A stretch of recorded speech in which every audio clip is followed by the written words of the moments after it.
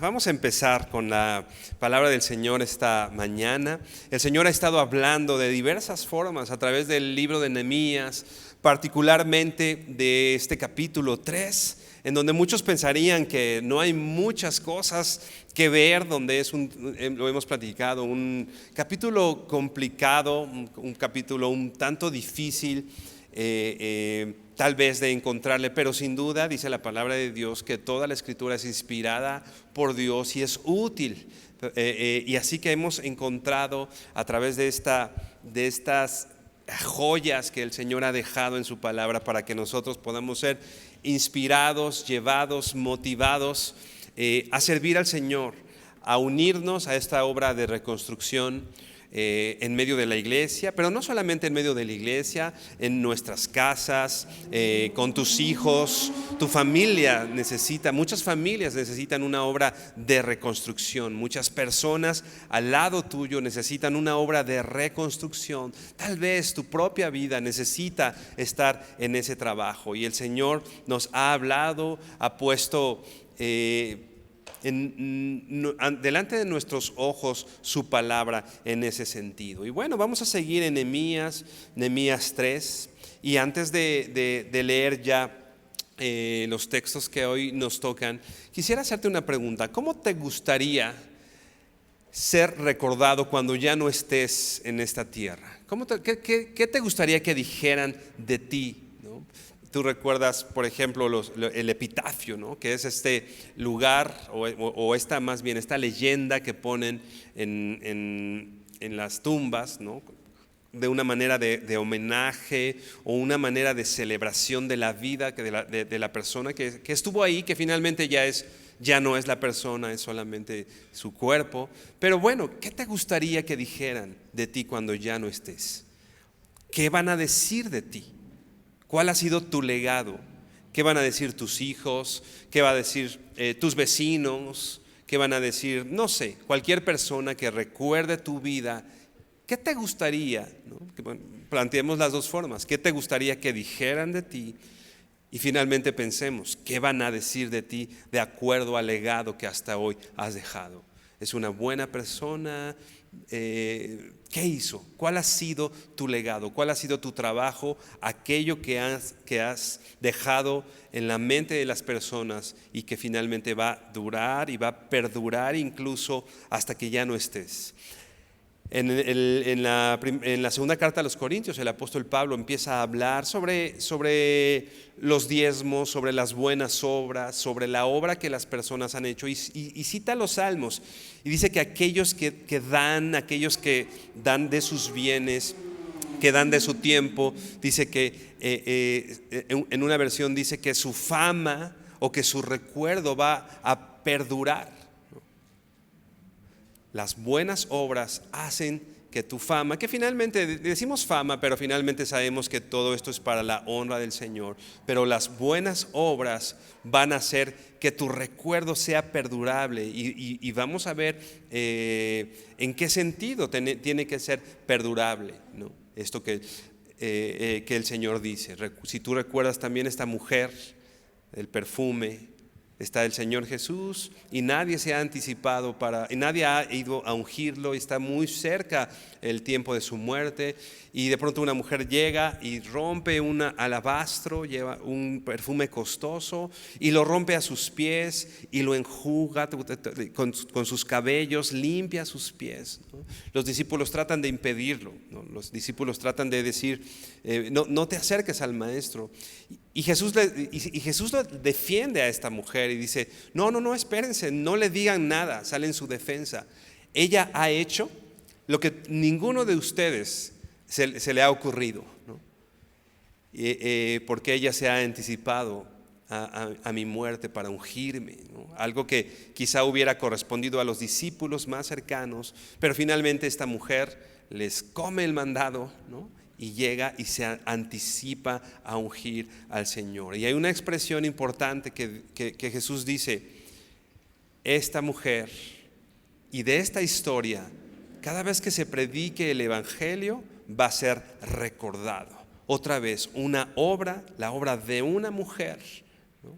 Se iba a recordar por mucho, mucho tiempo. Tanto que hoy, 2000 años después, estamos hablando de esta mujer que el Señor se aseguró que recordáramos hasta el día de hoy. Porque las obras, nuestra obra, nuestro trabajo, tiene que ser algo, nuestro trabajo quiero decir en el Señor y glorificando al Señor, debe ser algo que finalmente perdure y traiga un buen nombre, repito, no solamente a nosotros, sino un buen nombre también a nuestro Señor, darle gloria a nuestro Señor, ¿no? Así que vamos una vez más a Nehemías capítulo 3, vamos a leer el versículo 20. Te voy a estar leyendo la Nueva Biblia de las Américas, pero bueno, no hay Mucha diferencia, síguelo tú en la Biblia que tú tengas, Reina Valera 60. Y vamos a leer del 20 al 23. Dice así: después de él, Baruc, recuerda el contexto, se está renombrando todas las personas que están, se está haciendo un recuento, una lista de todas las personas que están participando en la construcción o la reconstrucción de las murallas de las puertas. Dice: después de él, Baruc, hijo de Zabai, con todo fervor reparó otra sección, desde el ángulo hasta la puerta de la casa del sumo sacerdote Eliasib.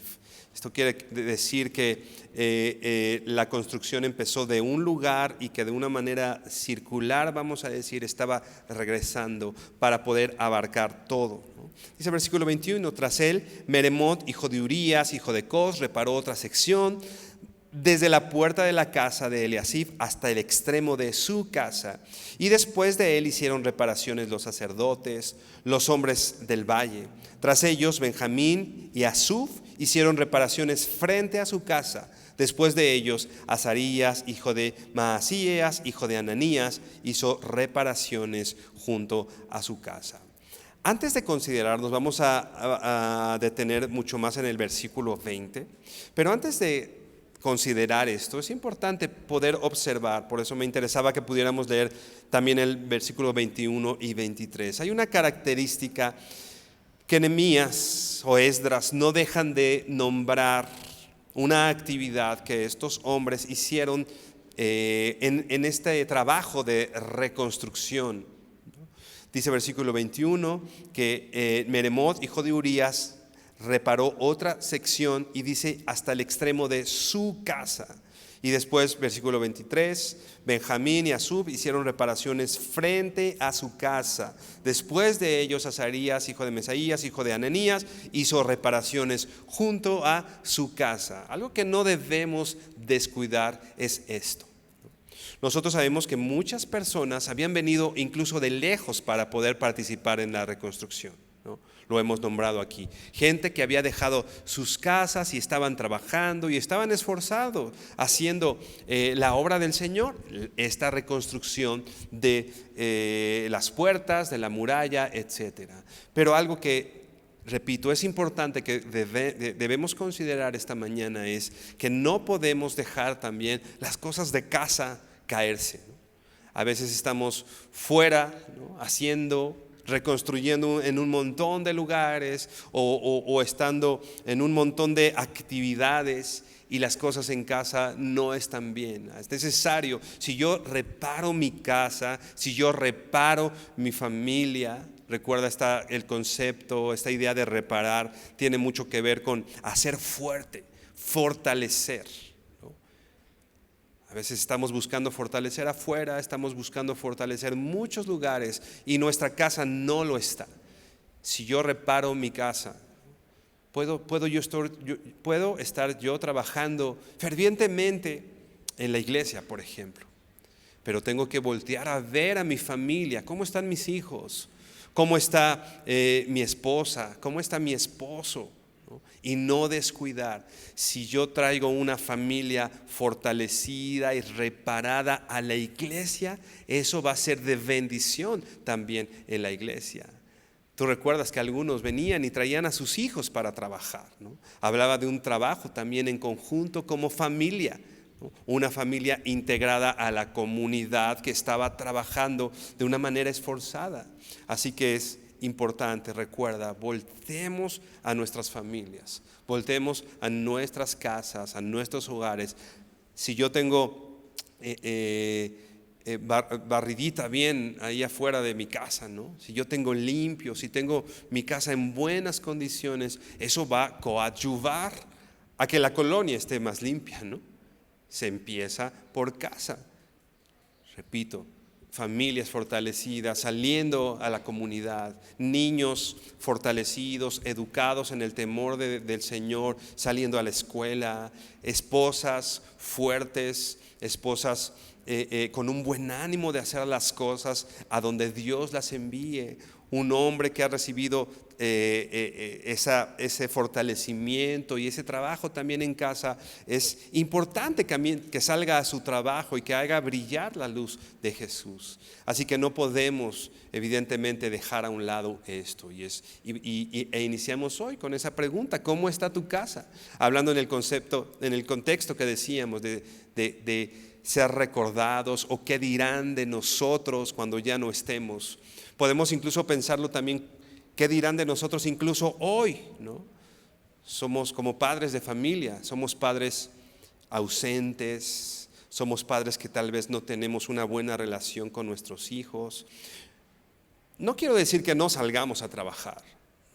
Hay papás aquí que salen a las 5 de la mañana y regresan a las 8, 9 de la noche, y es necesario su esfuerzo y su trabajo, y el Señor los ha puesto de alguna manera ahí.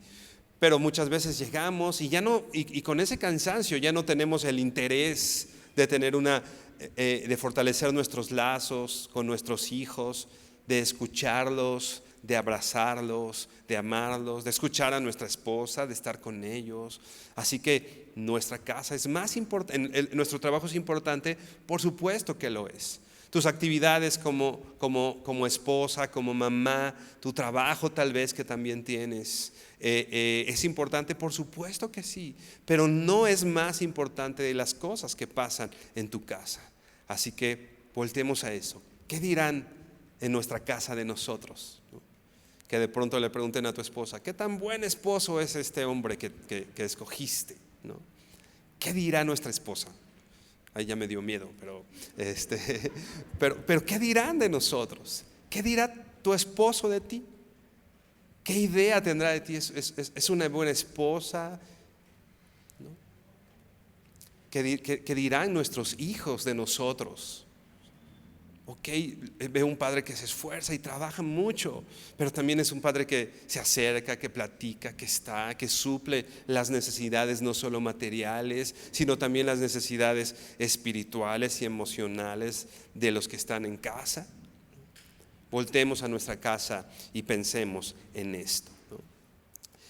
Dice versículo 20. Después de él, Baruc, regresamos, hablamos un poco versículos del 21 al 23, pero regresemos al 20 y veamos algunas cosas que son importantes en este texto. Dice: después de él, Baruc. Baruc quiere decir bendito. Más adelante comentaremos un poco al respecto. Después de él, Baruc, hijo de Sabai, que quiere decir puro, con todo fervor reparó otra sección desde el ángulo hasta la puerta de la casa del sumo sacerdote. Habla de una actitud de un hombre que había sido bendito o bendecido por el Señor. No solo estaba, pues todos trabajan y pues bueno, tengo que unirme, ¿no? A veces suena, para los servidores, a veces suena el despertador el domingo a las 6 de la mañana, ¿no? Habla de una actitud de un hombre que había recibido del Señor y que estaba sirviendo, repito, con una actitud o de una forma de llamar la atención. Tanto que en el versículo 20 está su actitud, no solo lo que hizo, sino también su actitud.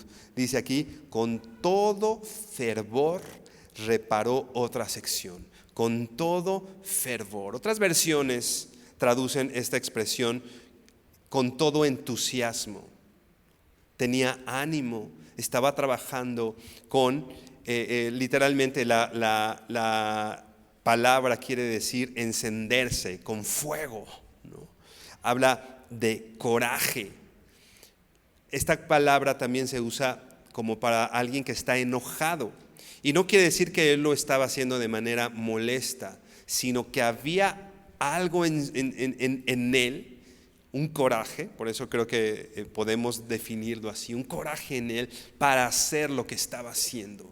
No solamente por lo que hacían los demás, o no solamente porque era lo que se esperaba que él hiciera en medio del pueblo.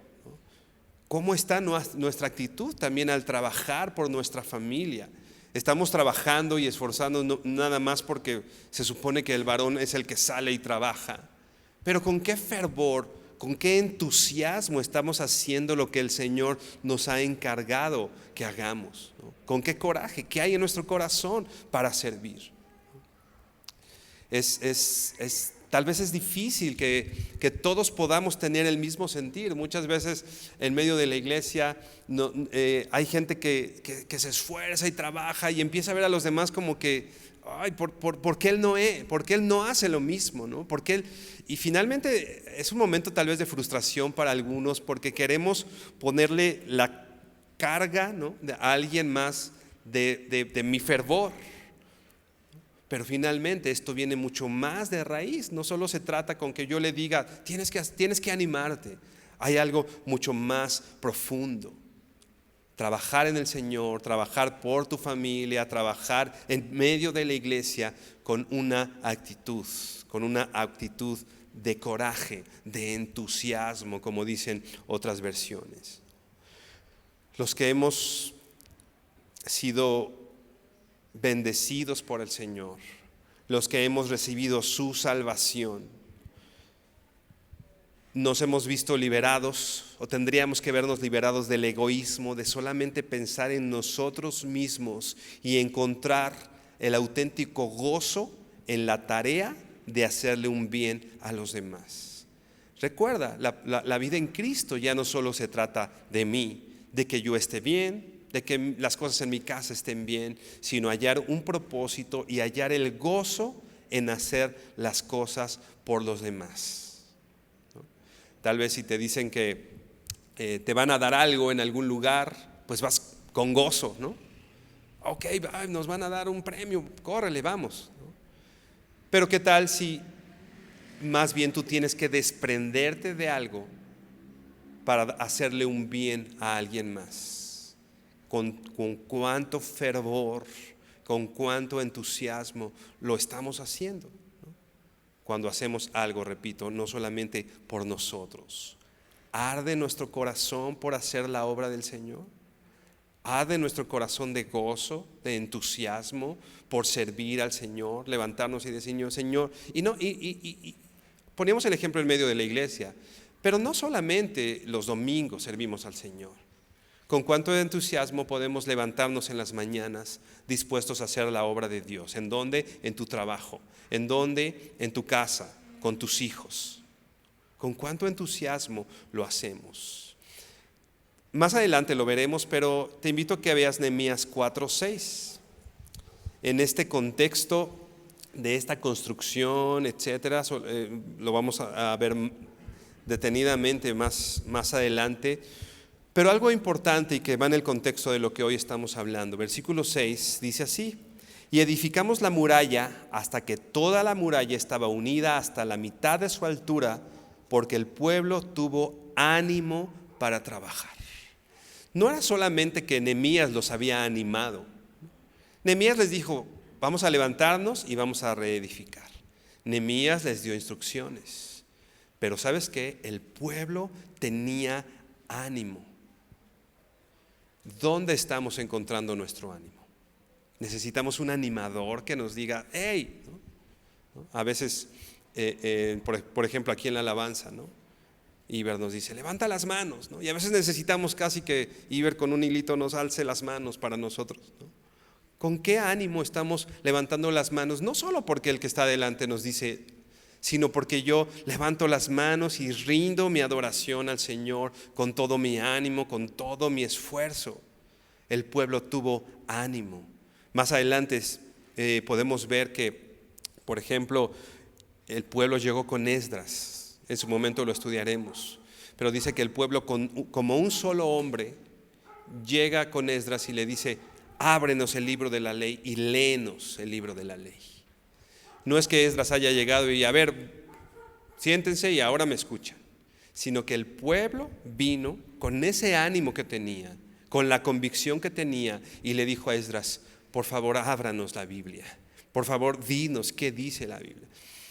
Y Esdras no es que tuviera todos los recursos multimedia y pasó videos, no era necesariamente una predicación tal vez animada o una predicación.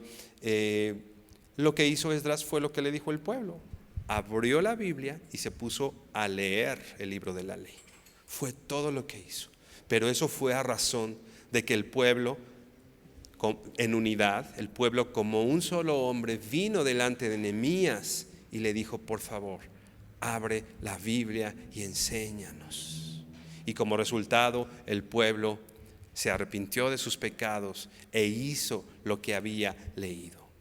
Es importante, hablando de esto del ánimo, hablando de nuestra actitud en el servicio al Señor o nuestra actitud en esta vida entregada al Señor, vamos a decirlo, sirviendo, aunque no solamente en la iglesia, sino en el lugar en el que el Señor te haya puesto, ¿no? Uno de los enemigos más grandes de los cristianos es el desánimo. Y es lo que vamos a estudiar más adelante, cómo hay burlas, cómo hay gente que busca sembrar una mala actitud en el pueblo, los intimida y el pueblo se desanima y entonces dejan de pasar las cosas.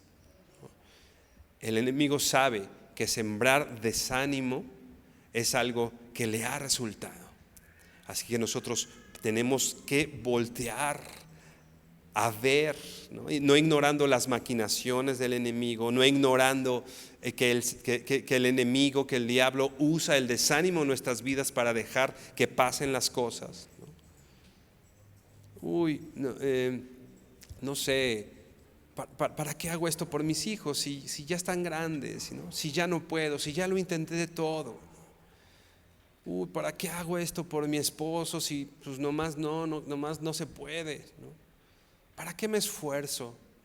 El desánimo, el enemigo siembra ese desánimo en nosotros, pero debemos saber esto: ese desánimo no viene de parte del Señor. Así que veamos de dónde estamos tomando las fuerzas o de dónde estamos tomando el ánimo para hacer la obra del Señor, porque a veces lo tenemos en lugares incorrectos. Mi ánimo me lo da alguna situación y de pronto esa situación desaparece y por consecuencia desaparece mi ánimo. Entonces es importante ver de dónde un hijo de Dios toma esas fuerzas, de dónde toma ese coraje. Vamos por favor a la segunda carta a los Corintios, capítulo 3. Leyendo esto, pensemos en dónde están nuestras fuerzas, de dónde tomamos nuestro ánimo. Vamos a leer varios versículos, 2 Corintios 3. Vamos a empezar desde el versículo 7. No vamos a ahondar en todo, pero es importante conocer el contexto y llamar la atención de ciertos puntos aquí. Dice 2 Corintios 3, versículo 7. En esta ocasión te voy a leer la Nueva Traducción Viviente. Dice así: el camino antiguo con leyes grabadas en piedra conducía a la muerte, aunque comenzó con tanta gloria que el pueblo de Israel no podía mirar la cara de Moisés, pues su rostro brillaba con la gloria de Dios, aun cuando él brilló ya estaba desvaneciéndose. Versículo 8: no deberíamos esperar mayor gloria dentro de este nuevo camino ahora que el Espíritu Santo da vida, ¿no? Está hablando de la ley, de aquellas leyes dadas en piedra, que con todo y que Moisés se descendió y hubo gozo, gozo en el pueblo. Dice aquí, no debería esperarse que con la venida del Señor, de Cristo, de Jesús a esta tierra, de este nuevo camino, ahora que el Espíritu da, debería haber más gloria. Dice el versículo 9: si el antiguo camino trae condenación, era glorioso, cuánto más glorioso es el nuevo camino que nos hace justos ante Dios. De hecho, aquella primera gloria no era para nada gloriosa comparada con la gloria sobreabundante del nuevo camino. Un pueblo bendecido por el Señor a través de la ley, cuánto más ahora nosotros que hemos recibido esta nueva vida en Cristo, hemos sido benditos y recibidos del Señor. Ahora sí, el versículo 11 dice: así que el antiguo camino que ha sido reemplazado era glorioso, cuánto más glorioso es el nuevo que permanece para siempre. Ya que este nuevo camino nos da tal confianza, podemos ser muy valientes. ¿En dónde está nuestro valor? ¿Por qué dice la Biblia? ¿Por qué dice el apóstol Pablo que podemos ser valientes? Por el nuevo camino, que también dice el nuevo y vivo, abierto al Padre. Por eso podemos ser valientes. No porque las cosas estén bien en el mundo, no porque se acaben las guerras, no por ese nuevo camino que el Señor nos ha mostrado. De ahí tomamos nuestras fuerzas para luchar con valor, para esforzarnos, para cambiar nuestra actitud. Dice el versículo 13, no somos como Moisés, quien se cubría la cara con un velo para que el pueblo de Israel no pudiera ver la gloria, aun cuando esta gloria estaba destinada a desvanecerse. Pero la mente de ellos se endureció y hasta el día de hoy, cada vez que se lee el antiguo pacto, el mismo velo les cubre la mente para que no puedan entender la verdad. Este velo puede quitarse solamente al creer en Cristo. Efectivamente, incluso hoy en día, cuando leen los escritos de Moisés, tienen el corazón cubierto con ese velo y no comprenden. Hay personas que leen la Biblia. Hay personas que pueden, vamos a decir, pueden tener acceso a la palabra de Dios. Dice aquí, leen los escritos de Moisés y no lo entienden, no pueden comprenderlo, no pueden entenderlo. Pero dice el versículo 16, en cambio, cuando alguien se vuelve al Señor, el velo es quitado. Hermano, hoy no tienes ese velo entre tú y la palabra del Señor. Así que hoy tú puedes comprender. Hay gente hoy, dice aquí, hay gente hoy que no puede entender lo que para ti es claro. Hay gente hoy que no puede entender lo que para ti es evidente. Abres tu Biblia y recibes del Señor y te llenas y te fortaleces y encuentras en la Biblia la palabra del Señor, el poder de su fuerza para hacer lo que Él ha dicho. Pero sabes que hay gente que ve esto y no comprende. Nosotros, una vez que se nos ha retirado el velo, podemos comprenderlo. Y dice así el versículo 16. En cambio, cuando alguien se vuelve al Señor, el velo es quitado. Pues el Señor es el Espíritu, y donde está el Espíritu de Dios hay libertad. Podemos entender libremente, sin ese velo, la palabra del Señor. Versículo 18. Así que todos nosotros, a quienes nos ha sido quitado el velo, podemos ver y reflejar la gloria del Señor. El Señor, quien es el Espíritu, nos hace más parecidos a Él a medida que somos transformados a su gloriosa imagen. Dice la Biblia, la Nueva Traducción Viviente, podemos ver al Señor. Ese es el velo que se nos quitó. Hoy podemos entender claro quién es nuestro Salvador, que Jesucristo es Dios, que vino cuando estábamos muertos en nuestros delitos y pecados, para sacarnos de esa condición y ponernos en una relación correcta con Él. Y hoy tenemos esperanza, y hoy tenemos vida. Y hermano, cuando termine todo esto, estaremos con Él un día. Y lo vamos a ver, y lo vamos a ver cara a cara. Ahí está nuestro Señor, ahí nuestro Salvador. ¿Sabes que muchas personas no tienen esa esperanza? Pues tú y yo hoy tenemos esa esperanza. Podemos verlo, y no solo dice verlo, la Nueva Traducción Viviente dice como por un espejo. Podemos ver al Señor y somos como un satélite, como la luna. La luna no tiene luz propia. La luz que de la luna nos alumbra en la noche, finalmente es la luz del sol, que se refleja en la luna, es un satélite, y nosotros podemos tener una noche que no está totalmente obscura gracias a la luz del sol reflejada por la luna. Así nosotros, como por un espejo, vemos al Señor y reflejamos su gloria. Dice la Biblia que nosotros somos la luz del mundo, la luz de esta tierra. Así que, hermano, este mundo no está en total obscuridad gracias a que tú estás en este mundo. Este mundo no está totalmente desquiciado hoy gracias a esa luz que te iluminó de Jesús en ti y que hoy tú también puedes reflejar. Somos transformados a su gloriosa imagen. Vamos al siguiente capítulo 4, 2 Corintios 4, versículo 1.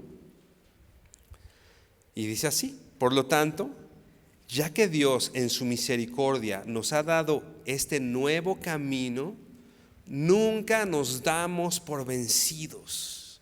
Nunca nos damos por vencidos. Nunca desmayamos en nuestra labor de reconstrucción. No nos damos por vencidos. Nuestras fuerzas no están en la circunstancia. Nuestras fuerzas no están en lo que hace la persona que está al lado tuyo. Nuestras fuerzas no están en lo que ves en las noticias. Nuestras fuerzas no están en el índice de la inflación. Nuestras fuerzas están en lo que hemos recibido del Señor, este nuevo camino que nos abre eso, el camino al Señor, y podemos acceder ante su trono de gracia.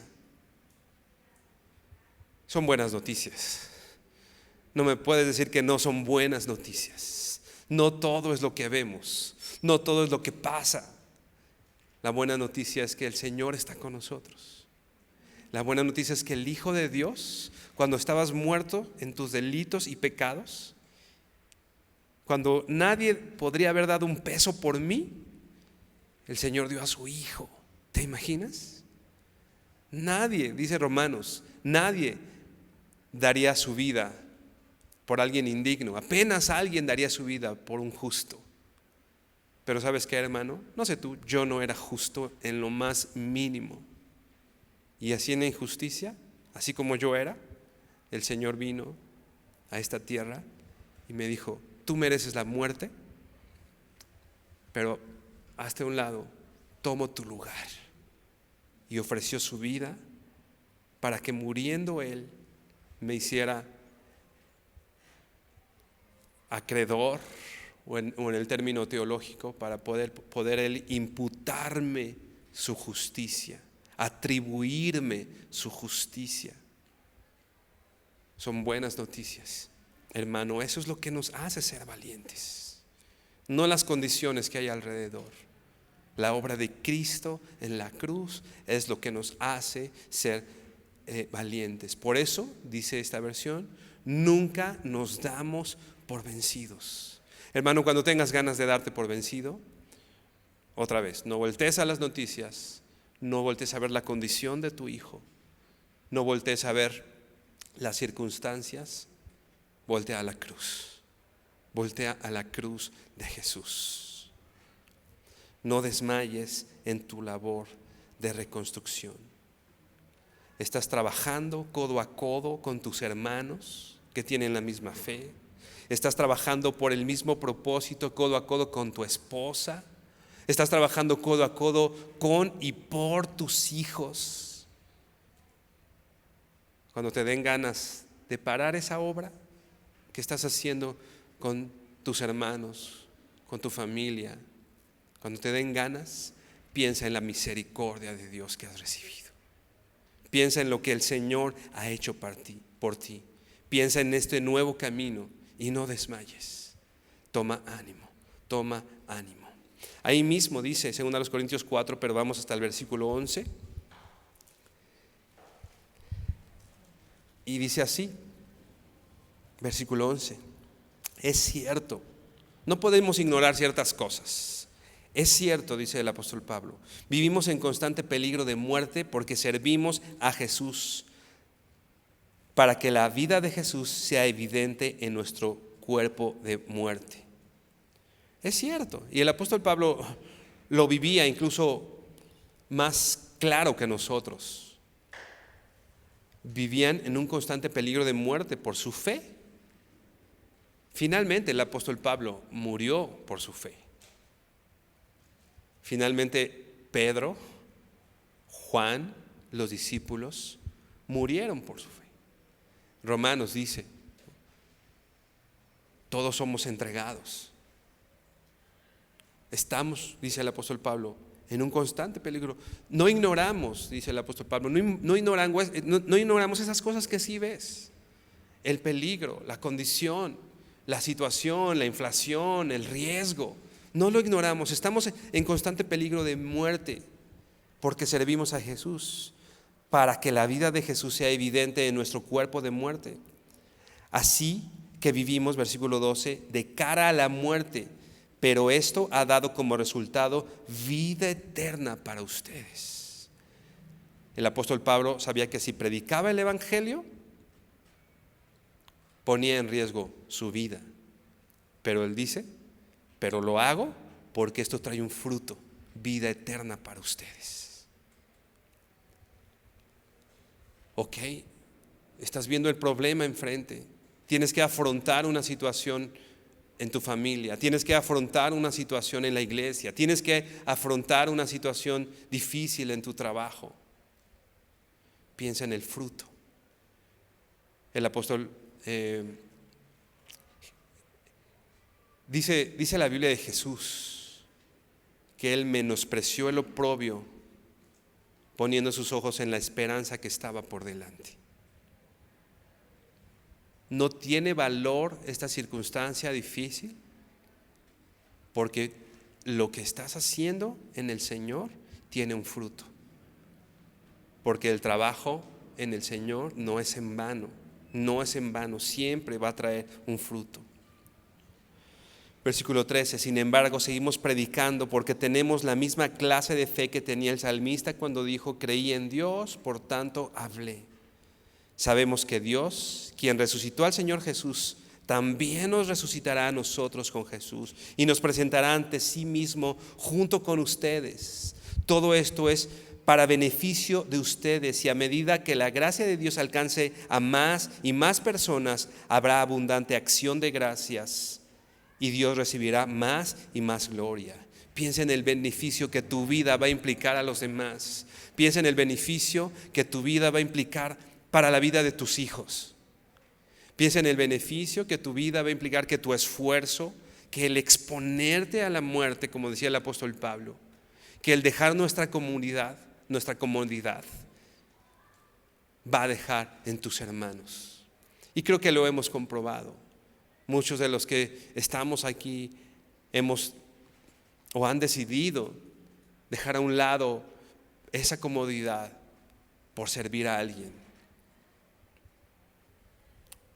Va a traer un fruto. Ahora, y dice, Dios va a alcanzar a más personas y Dios recibirá más y más gloria. Versículo 16, otra vez, es por esto que nunca nos damos por vencidos. Pienso en la cruz, pienso en las personas en las cuales mi vida que mi vida va a afectar para bien. Pienso en que Dios va a recibir más y más gloria. Por tanto, no me doy por vencido, no me desanimo. Aunque nuestro cuerpo está muriéndose, nuestro espíritu va renovándose cada día. Pues nuestras dificultades actuales son pequeñas y no durarán mucho tiempo. Sin embargo, nos producen una gloria que durará para siempre y que es de mucho más peso que las dificultades. Así que no miramos las dificultades que ahora vemos, en cambio, fijamos nuestra vista en las cosas que no pueden verse, pues las cosas que ahora podemos ver pronto se habrán ido, pero las cosas que no podemos ver permanecen para siempre. Hermano, tu esfuerzo no va a ser en vano. Tu trabajo no va a ser en vano, va a haber un fruto, va a haber, como decíamos, y Nehemías lo dice más adelante, ¿no? En el capítulo 4, Nehemías dice, trabajen, y esta lucha es por tus hijos, por tu esposa, por la gente que Dios ha puesto. Tenemos una lucha, hermano, por tus hijos, por tu familia, por la comunidad de fe en la que Dios nos puso. ¿Qué está implicando nuestra vida para esa comunidad de fe? ¿Cómo seremos recordados? ¿Cuál va a ser nuestro impacto en la vida de las personas alrededor nuestro, alrededor de nosotros? Una alabanza dice, pensando en todo esto, y cuando somos movidos al desánimo, cuando somos movidos a caer, a dejar de trabajar, a dejar de hacer lo que Dios nos ha dicho, un cantante compone y dice, no dependo de ningún sentimiento, tengo una decisión. No dependo de lo que siento, tengo una decisión. Voy a honrar a mi Señor, voy a luchar por mis hijos, voy a luchar por mi familia, voy a luchar por la iglesia en la cual el Señor me puso. Mis sentimientos no van a determinar nada, porque hoy sí, con mucho ánimo, y mañana lunes te platico cómo me levanto, con qué sentimiento, ¿no? Y cuando veo dificultades, dan ganas de dejar de hacer las cosas. Pero hermano, no dependemos de nuestros sentimientos. Dependemos de la convicción y de la fe que el Señor ha puesto en nuestros corazones. Dependemos de la cruz, de como decíamos, de este nuevo camino. Así que cobra ánimo, levántate, trabaja, esfuérzate, lucha, siembra, porque a su tiempo todo esto dará fruto. Va a haber un fruto perdurable. Todo este trabajo, hermano, va a tener una recompensa. Todo el trabajo que tú haces por tu iglesia, todo el trabajo que tú haces por tus hijos, un día va a traer fruto. Un día vamos a ver el fruto de este esfuerzo. En cuanto al trabajo, en cuanto a esta siembra, que tal vez, como decíamos, es dura, es dolorosa, dice la Biblia que irá andando y llorando el que lleva la preciosa semilla. La siembra no es fácil, implica lágrimas, implica llanto. Irá andando y llorando, pero regresará con gozo cargando sus gavillas. Va a haber una recompensa, hermano, de nuestro esfuerzo. Va a haber una recompensa. Va a haber gozo en tu ser. Va a haber una sonrisa cuando veas el fruto. Ay, este chamaco, cuántas lágrimas me costó. Pero velo sirviendo al Señor, ¿no? Ay, mi esposo, cabezón, cuántas lágrimas me ha costado, pero velo hoy. Hermano, tu trabajo en el Señor no es en vano. Déjame leerte un poema que yo escuché una vez de un hermano cristiano. En realidad no es un poema cristiano, lo escribió un autor. Habla de hay quien les llama a el poema se llama La siembra, pero hay quien le llama el poema del loco. Habla de un hombre que mientras todos estaban descansando, él trabajaba, ¿no? Y todos lo veían, hasta se burlaban de él porque él estaba trabajando, sembrando, ¿no? No te lo voy a leer completo, faltan algunos fragmentos por cuestión de tiempo, pero me gustaría que pudieras escucharlo y que pudiéramos meditar en esto. Dice: una tarde de otoño subí a la sierra y el sembrador sembrando vio al sembrador sembrando. Una tarde de otoño subí a la tierra y al sembrador sembrando miré risueño. Desde que existen hombres sobre la tierra, nunca se ha trabajado con tanto empeño. Quise saber, curioso, lo que el demente sembraba en la montaña sola y bravía. El infeliz, oyéndome benignamente, y me dijo con honda melancolía: siembro robles, pinos y sicómoros. Quiero llenar de frondas esta ladera. Quiero que otros disfruten de los tesoros que darán estas plantas cuando yo muera. Este hombre dice que lo ve risueño, así como está trabajando, ¿no? Es un loco. Mientras todos los demás tienen sus días de descanso, este hombre está trabajando con mucho empeño y le pregunta, ¿no? ¿Por qué trabajas? ¿Qué siembras? ¿Qué haces? Y él dice: siembro árboles, quiero que haya sombra para que otros disfruten de los tesoros que darán estas plantas cuando yo muera. Sigue diciendo este poema. ¿Por qué tantos afanes en la jornada sin buscar recompensa? ¿Por qué trabajas tanto y no vas a obtener nada tú, sino sombra para los demás? Y dijo, ¿no? Él pregunta, ¿por qué tantos afanes? Y el loco murmuró, con las manos en la azada, ¿acaso te imaginas que me equivoco? ¿Acaso por ser niño te asombre mucho el soberano impulso que mi alma enciende? Por los que no trabajan trabajo y lucho. Si el mundo no lo sabe, Dios me comprende. Hay gente que no está trabajando, pero dice él, tal vez tú no puedes entenderlo. Por los que no trabajan, trabajo y lucho.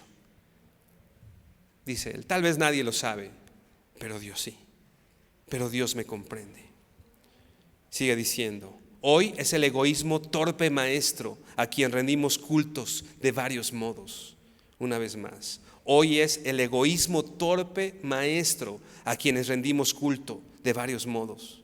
Si rezamos, pedimos solo el pan nuestro. Nunca al cielo pedimos pan para todos. En la propia miseria, los ojos fijos, buscamos las riquezas que nos convienen y todo lo arrostramos por nuestros hijos.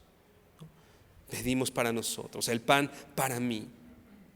Veo la miseria y sigo pidiendo para mí, sigo pidiendo solamente para mí y para los que están en mi casa. ¿Es que los demás padres, hijos no tienen?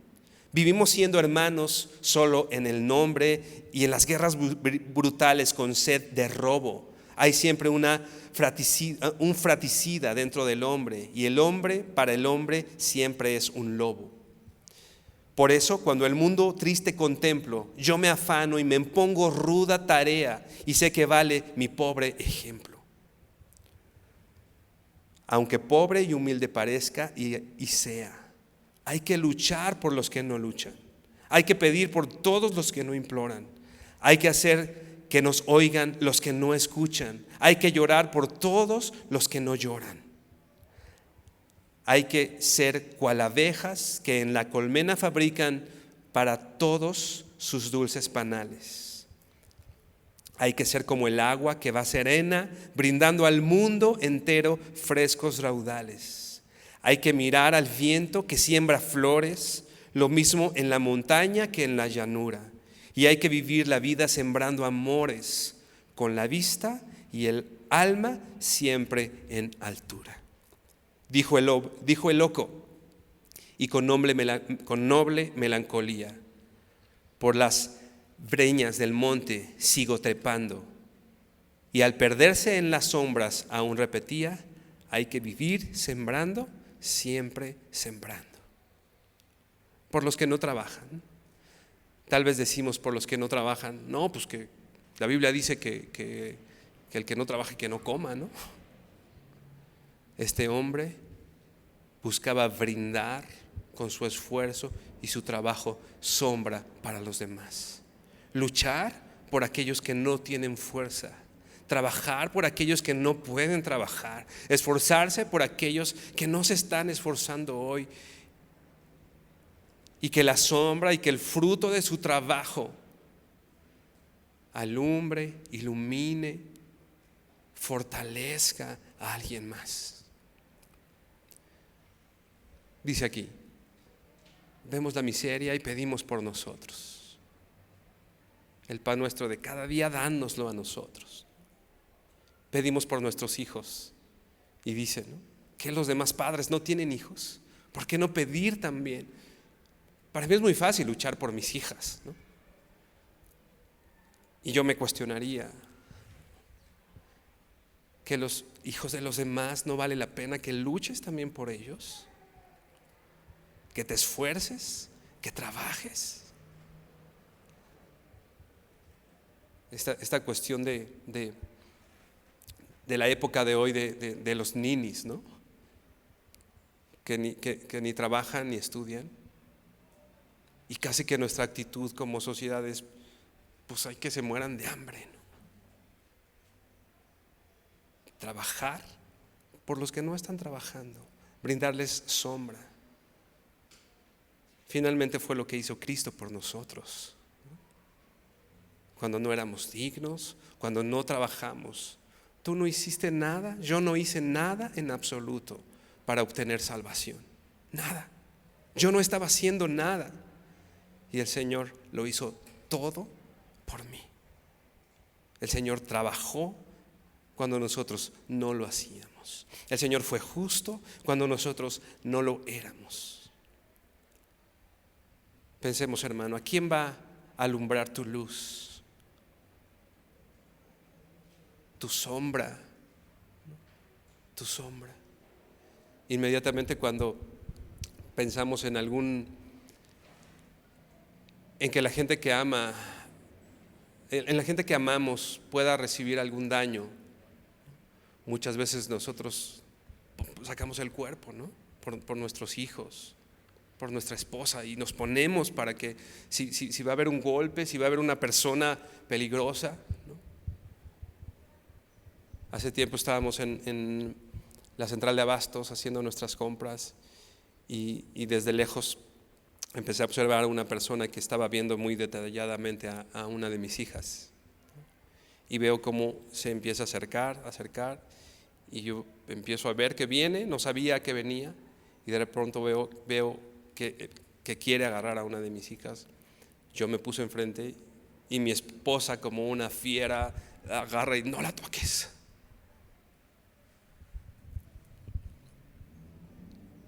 Por nuestros hijos lo hacemos, ¿no? Quizá algún hermano al lado tuyo está su vida en peligro. Y sí, tal vez no está haciendo las cosas correctamente o como tú quisieras que las hiciera.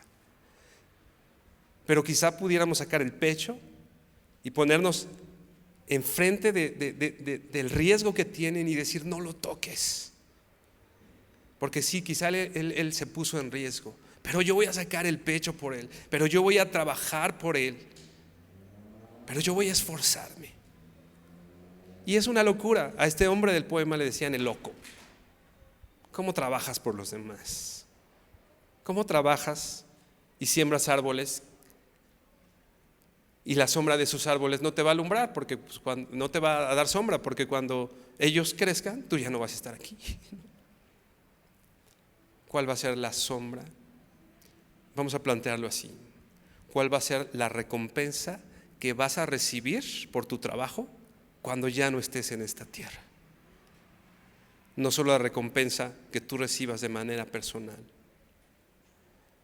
sino tu recompensa en la vida de tus hijos, tu recompensa en la vida de tus hermanos, de tu jefe en el trabajo, ¿no? De tus vecinos, no sé. El Señor ha puesto a alguien al lado tuyo. Este hombre, Baruch, trabajaba con todo fervor, trabajaba con todo esfuerzo. Matthew Henry dice que este hombre trabajó seriamente, lo hizo con un celo inflamado, no que otros fueran fríos o indiferentes, sino que fue el más vigoroso de cualquiera de ellos y en consecuencia se hizo notable. Es bueno estar así, sigue diciendo Matthew Henry, es bueno estar así, celosamente afectado en algo bueno, y es probable que el celo de este buen hombre provocara a muchos a tomar más dolores y hacer su trabajo más aprisa. Nuestro esfuerzo implica sombra para los demás, pero también implica inspiración. Inspiras a los demás. ¿Qué inspira a la gente cuando piensa en ti? Es bien trabajador, pues voy a hacerle como él. Es bien luchón, ¿no? Voy a hacerle como él. Es el primero que llega. ¿Qué inspira nuestras vidas? ¿Qué inspira nuestras vidas a nuestros hijos? Esposa, ¿qué le inspira tu vida a tu esposo? ¿Cuál es su inspiración al pensar en ti?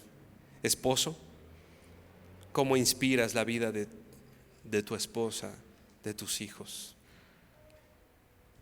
Servidor, coordinador, líder, ¿cómo estás inspirando a las personas que Dios ha puesto alrededor? Iban a venir situaciones difíciles en la construcción, en la reconstrucción de las murallas y las puertas. Iban a obtener burlas, iba a haber desaliento, imprevistos, aunque ellos estaban trabajando. Pero su recompensa consistía en trabajar en esa armonía, en ese fervor, en ese trabajo. ¿Y sabes qué? Los muros de Jerusalén persistirían como monumento digno de honra, no solamente por el fervor de ellos, sino por la obra de Dios. Los muros que ellos estaban construyendo iban a perdurar. No solo es que ellos los iban a ver y ya lo construimos, iban a perdurar. Más adelante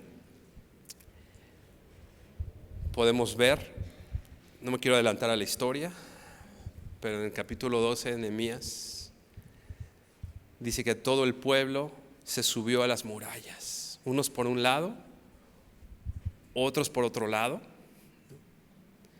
¿Te acuerdas? No te acuerdas. En el capítulo siguiente, los enemigos del pueblo dicen: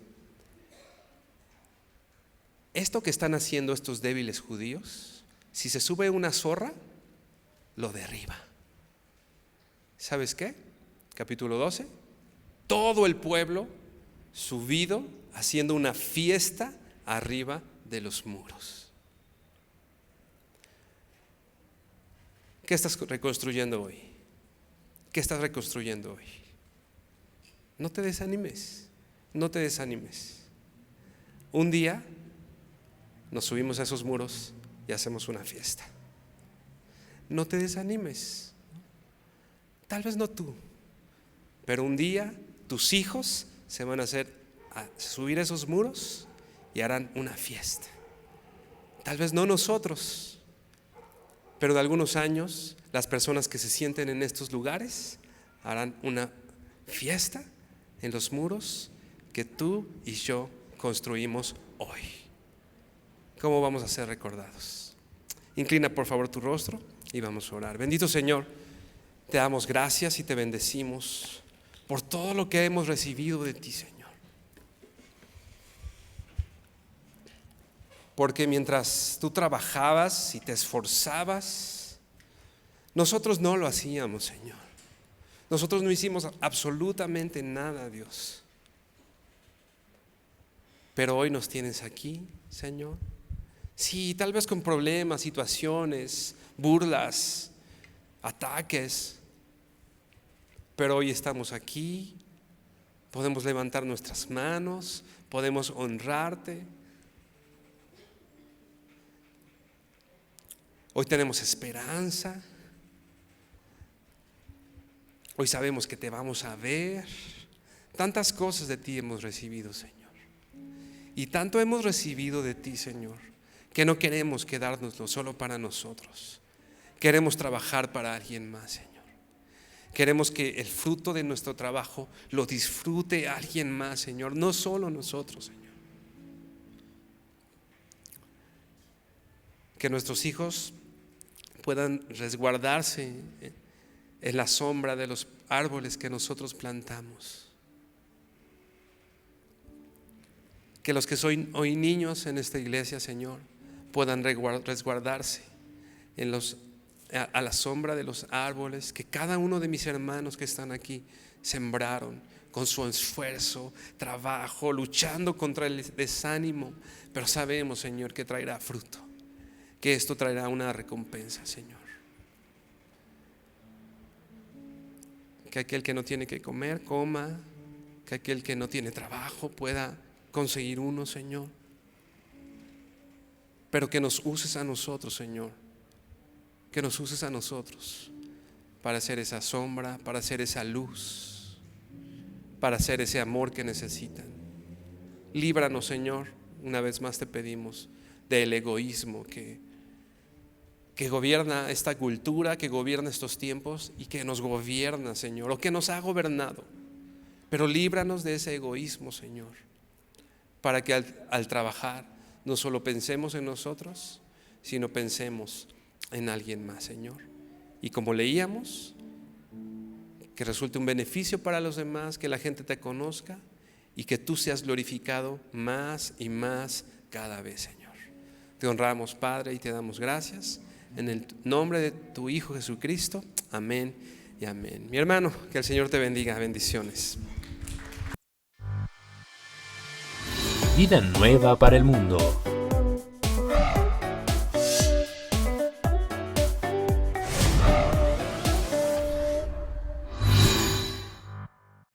Hola amigos, esperamos que se encuentren muy bien y el día de hoy Caleb y yo les tenemos un anuncio y un aviso súper importante que nos emociona muchísimo. Así que Caleb, platícanos un poquito de qué se trata. Claro que sí, este año tenemos nuestra primer conferencia de liderazgo en Vida Nueva para el Mundo, Dunamis 2022. Una conferencia que tratará específicamente sobre el liderazgo personal, liderazgo familiar, liderazgo ministerial, liderazgo personal. Y creo que Dios nos ha llamado a todos como cuerpo a crecer en ese liderazgo que abarca tantas áreas de nuestras vidas. Y pues este año tenemos a 4 invitados especiales. Platícanos un poco, Steph, ¿quiénes son? Claro que sí, la verdad nuestros invitados están de lujo. Tenemos al pastor Esteban Grassman, que nos visita desde la iglesia Ancla en Tijuana. También tenemos a nuestro pastor Armando Alducin, que seguramente muchos de ustedes ya conocen. También tenemos al pastor Juan Speaker, que es fundador de la iglesia Vida Abundante, ahora conocida como Más Vida. Y también tenemos al doctor Chuck Lynch, que nos visita desde Kansas, que es un doctor especializado pues en toda como la psicología ministerial. Entonces es algo que nos va a ayudar muchísimo tanto como iglesia como individualmente.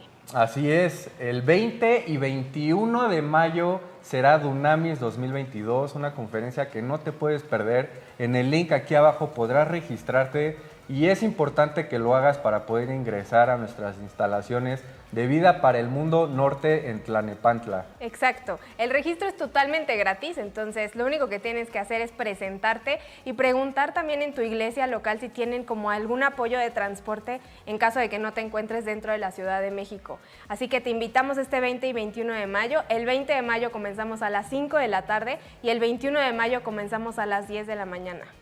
Así es, te esperamos.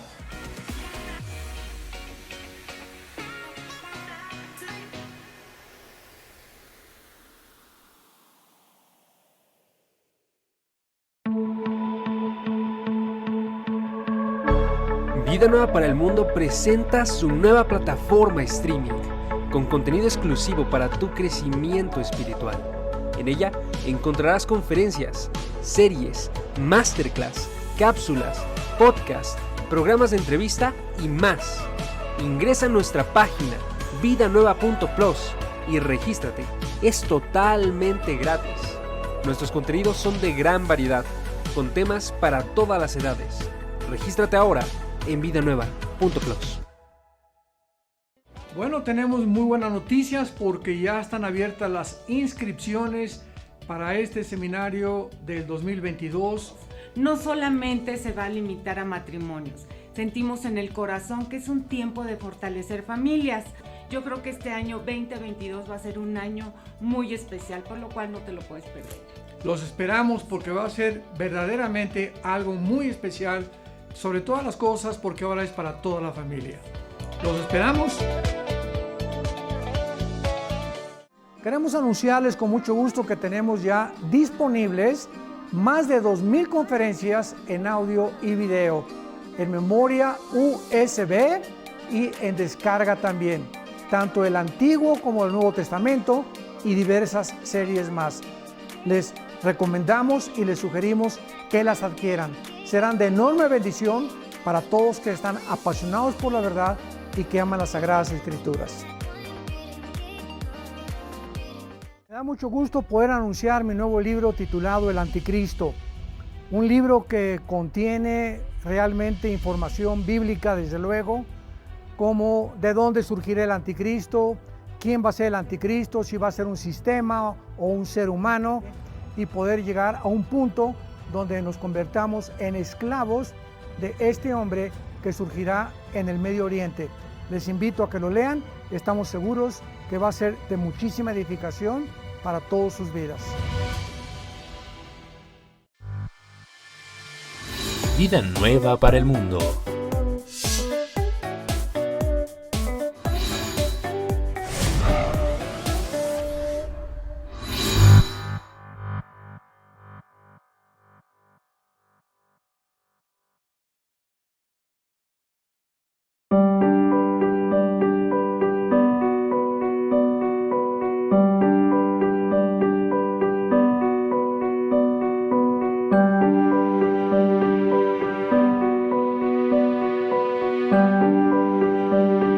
Cuanto has creído y confesado públicamente a Jesucristo como el Señor de tu vida,